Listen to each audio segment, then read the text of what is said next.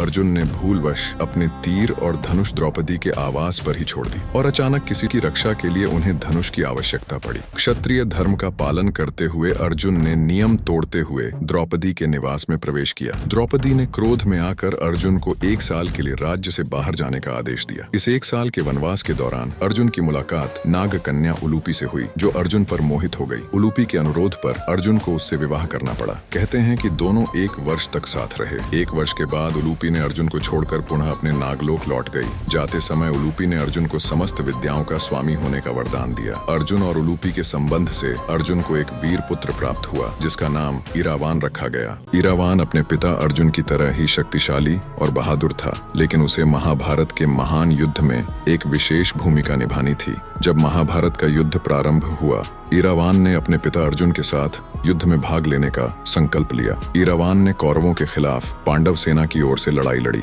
परंतु एक महत्वपूर्ण मोड़ तब आया जब युद्ध में विजय प्राप्त करने के लिए एक बलिदान की आवश्यकता पड़ी।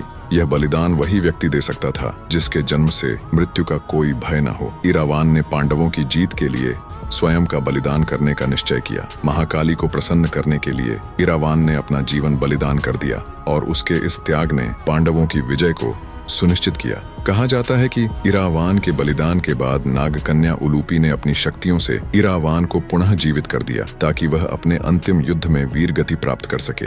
महाभारत युद्ध के इस प्रसंग में इरावान का त्याग और बलिदान एक अविस्मरणीय अध्याय के रूप में देखा जाता है। अर्जुन के इस वीर पुत्र ने न केवल अपने परिवार बल्कि धर्म और न्याय की रक्षा के लिए अपने प्राणों की आहुति दी।